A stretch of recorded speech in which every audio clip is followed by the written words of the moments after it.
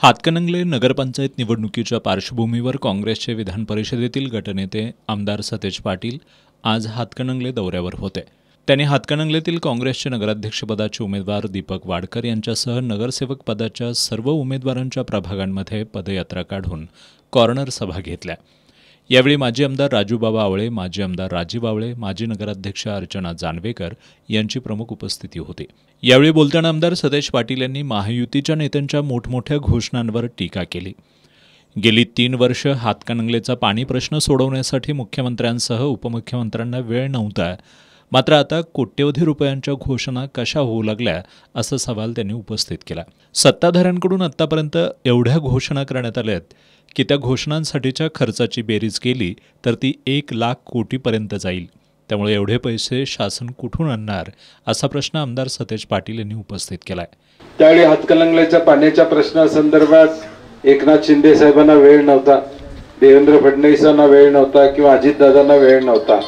आता मात्र 65 कोटी 70 कोटीच्या घोषणा आम्ही ऐकतोय. आता कोटीचं काय राहिलंच नाही असं वाटायला लागले. म्हणजे पूर्वी कोटी ऐकले की जरा असं आपण मान वर करायचो. आता घोषणा एवढी करायला लागले तिघजण. मी आता मगाशी पत्रकारांच्याकडे सांगितलं की आता हे देवेंद्र फडणवीस, अजितदादा आणि एकनाथ शिंदेच्या घोषणा महाराष्ट्रातल्या मागच्या 5 दिवसातल्या 2 तारखेच्या मतदानापर्यंत जर हिशोब केला तरी 1,00,000 कोटीवर जातील. म्हणजे नेमकं कुणाकुणाला काय काय देणार आहे ते नाही म्हणलेलंच नाही. ते जाईल तिथं घोषणा करतात. पैसे आहेत का, तेवढं देता येते का, काही नाही. परंतु फसवायचं काम हे या तिघांच्या माध्यमातूनच. मुख्यमंत्री देवेंद्र फडणवीस तिथं समाजामध्ये धुई करण्याचा प्रयत्न करतायत राज्यामध्ये. एकनाथ शिंदे शिवसेना फोडण्याच्या पाठीमागे आहेत. अजित पवार पोराला जमीन कुठे मिळते 200-400 एकर त्याच्या पाठीमागे आहेत. 13 कोटी जनता महाराष्ट्रातली वाऱ्यावर आहे. अशी अवस्था या महाराष्ट्राची. आणि म्हणून जी माणसं आज आमच्यासाठी काही करू शकली नाहीत गेल्या 2.5-3 वर्षामध्ये सत्ता असताना, ते आता निवडणुकीत येऊन आम्हाला काय सांगणार.